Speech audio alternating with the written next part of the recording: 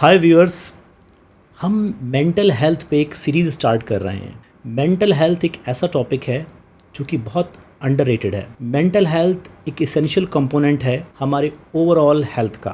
WHO की जो definition है उसके हिसाब से a state of complete physical, mental and social wellbeing, not merely the absence of disease. Mental health एक ऐसा इशू है जिसको हम रोज़मर्रा की ज़िंदगी में देखते हैं। Student life, competitors, work life balance में इश्यूज आते हैं, आपके कॉम्पिटिटर्स होते हैं। यहाँ पर ये देखना ज़रूरी है क्या वो चीज़ें हैं जो कि हमें अफेक्ट कर रही हैं।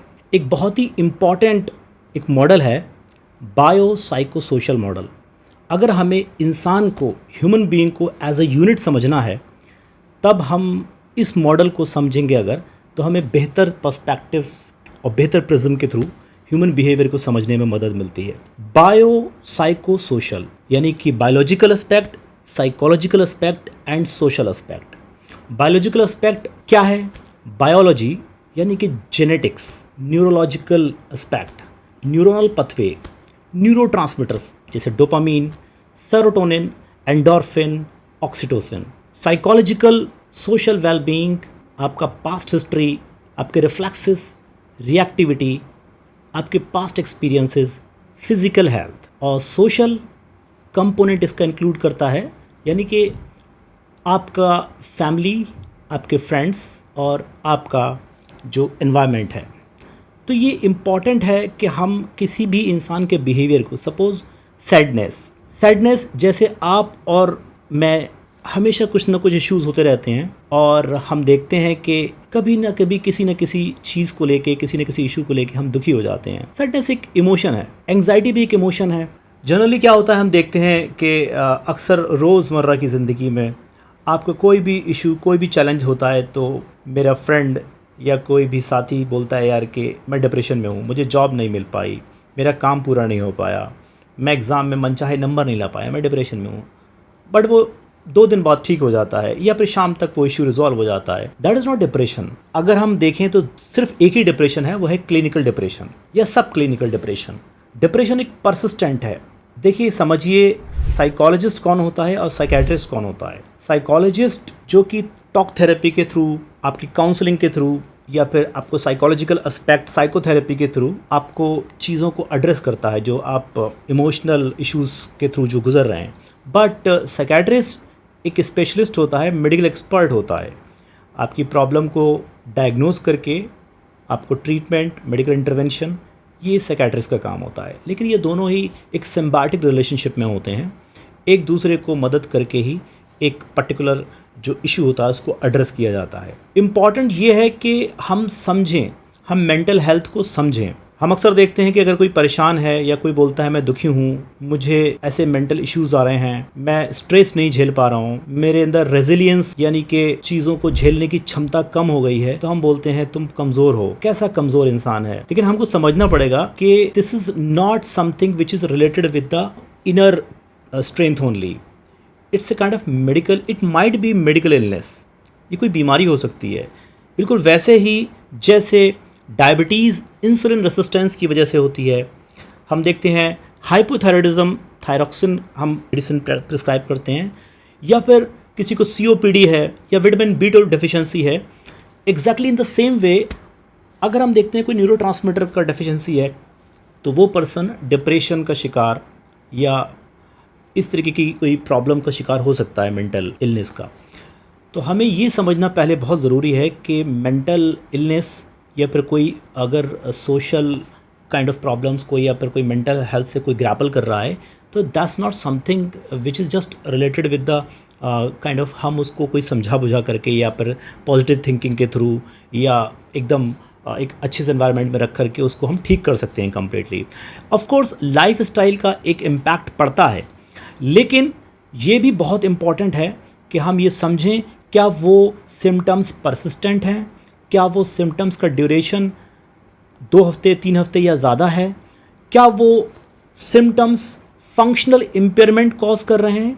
फंक्शनल इम्पेयरमेंट का मतलब होता है कि आपकी ज़िंदगी में जो आपके रोज़मर्रा के काम हैं, उन कामों में वो जो प्रॉब्लम है वो बाधा डाल रही है, फिज़िकल, सोशल इंट्रैक्शंस में आपको प्रॉब्लम क्रिएट हो रही है, तो यानी कि आपको किसी साइकियाट्रिस्ट या साइकोलॉजिस्ट से मिलना चाहिए। आप सेल्फ डायग्नोज मत कीजिए।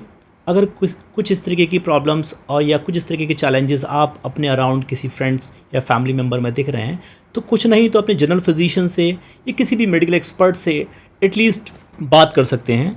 ही can refer you to psychiatrist. वो देख करके क्या आपकी प्रॉब्लम सिर्फ लाइफ स्टाइल से या थॉट प्रोसेस से ठीक हो सकती है या फिर इसके कुछ और भी कंपोनेंट हैं। तो ये बहुत इम्पॉर्टेंट है कि हम समझें कि मेंटल हेल्थ एक ऐसा इशू है जो कि समझ से अक्सर लोग उसको मिस डायग्नोज, जिसे हम अपनी लैंग्वेज में कहते हैं, उसको प्रॉपर समझ नहीं पाते, मिसअंडरस्टैंड कर जाते हैं और ओवरलुक कर जाते हैं। और कई बार जो कि प्रॉब्लम इंसिपिएंट स्टेज में ठीक हो सकती थी, एड्रेस हो सकती थी सब क्लिनिकल लेवल पे या इंसिपिएंट स्टेज में, वो फिर ग्रेजुअली इंसीडियस वे में वो एक परसिस्टेंट या क्लिनिकल डिप्रेशन में कन्वर्ट हो जाता है।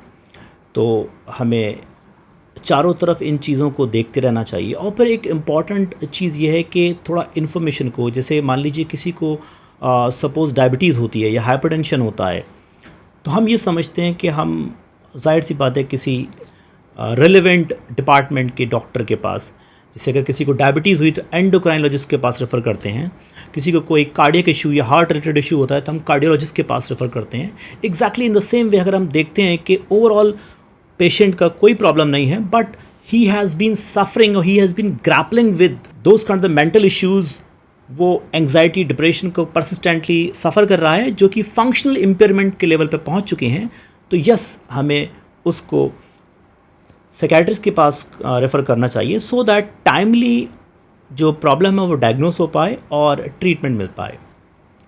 अब हम बात करते हैं ट्रीटमेंट प्लान की। सबसे इम्पॉर्टेंट ये है कि जब हम ये समझ लेते हैं कि कोई भी प्रॉब्लम परसिस्टेंट है, फंक्शनल इम्पेयरमेंट कॉज कर रही है, रोज़मर्रा की ज़िंदगी को हैम्पर कर रही है, वो जो सैडनेस है, फटीग है, नींद प्रॉपर नहीं आ रही है, भूख नहीं लग रही है, नेगेटिव थॉट्स आ रहे हैं, वेट लॉस हो रहा है या वेट गेन हो रहा है, ये सब डिप्रेशन के सिम्टम्स हैं, तब उस पेशेंट को हमें साइकियाट्रिस्ट के पास रेफ़र करने इम्पॉर्टेंट हो जाता है। एंड देन एक प्रॉपर ट्रीटमेंट प्लान हम लोग तैयार करते हैं और इस तरीके से हम प्रॉपर डायग्नोस करने के बाद और प्रॉपर टाइमली ट्रीटमेंट देने के बाद प्रॉब्लम को रिजॉल्व कर सकते हैं। एक इम्पॉर्टेंट इन्फॉर्मेशन आपसे शेयर करना चाहता हूँ। 4 इम्पॉर्टेंट न्यूरोट्रांसमीटर्स याद रखिए, इसका निमोनिक है dose. D stand for dopamine, O for oxytocin, S for serotonin and E for endorphin. ये 4 न्यूरोट्रांसमीटर्स होते हैं जो कि आपके इमोशनल वेलबींग या फिर आपके हैप्पीनेस के लिए इंपॉर्टेंट होते हैं। D डोपामीन रिवॉर्ड सिस्टम के लिए, O ऑक्सीटोसिन लव हार्मोन है। लव हार्मोन ना कह के हम न्यूरोट्रांसमीटर मोर टेक्निकली, आप अपने पेट से या अपने मदर से फादर से हक करते हैं तो वो ऑक्सीटोसिन रिलीज़ होता है। सेरोटोनिन, मेडिटेशन करिए, वॉक करिए, सेरोटोनिन रिलीज़ होगा। एंडोर्फिन, एक्सरसाइज वर्कआउट करने से एंडोर्फिन रिलीज़ होता है। तो इनके प्रॉपर ऑप्टिमाइजेशन से आपका मूड अच्छा रहेगा, you will feel better and your efficiency would actually got augmented multiple folds. And इस सीरीज़ में मैं ये आप लोगों से कहना चाहता हूँ कि जो भी आपके क्वेश्चंस हों, अगर कोई पेशेंट या कोई बंदा क्लिनिकल डिप्रेशन या कोई सैडनेस या किसी तरह के इमोशनल इश्यूज़ से ग्रैपल कर रहा है, आप DM कर सकते हैं। आप एनोनिमस वे में, आपको अपना नाम लिखने की ज़रूरत नहीं है, हम आपके इश्यूज़ को एड्रेस करेंगे and definitely we would try to bring more happiness in your life. Thank you so much.